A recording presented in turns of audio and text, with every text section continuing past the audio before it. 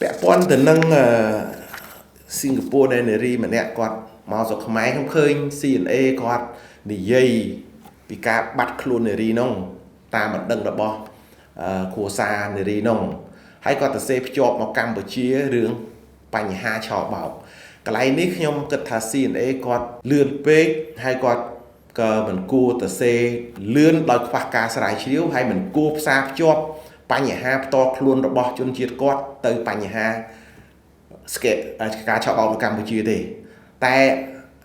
អ្វីដែលយើងឃើញជាក់ស្ដែងគឺនារីនោះមកកម្ពុជាមិនមែនតាមការឆោបោកណាទេគាត់មកដោយសារគាត់មានប្រហែលជាគាត់មានបញ្ហានៅក្នុងផ្ទះគាត់ឯណោះនៅសិង្ហបុរីនោះទេអញ្ចឹងគាត់សម្រេចចិត្តថាមកកម្ពុជា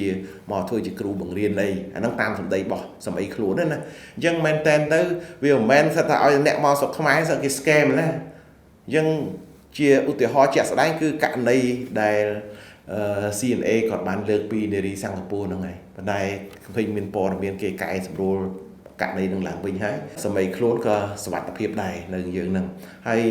ខ្ញុំក៏ឃើញថាប៉ូលីសយើងសហការល្អក្នុងការជួយមើល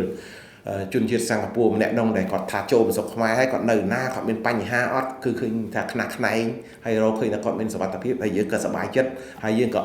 ជំនួសក្រុមគ្រួសារនៅសិង្ហបុរីនោះដែរក៏ប៉ុន្តែការសម្រេចចិត្តត្រឡប់ទៅវិញឬក៏នៅធ្វើការស្រុកខ្មែរបន្តឬក៏យ៉ាងម៉េចទៀតអានោះជាការសម្រេចចិត្តរបស់បុគ្គលយើងមិនមានការពាក់ព័ន្ធទេណា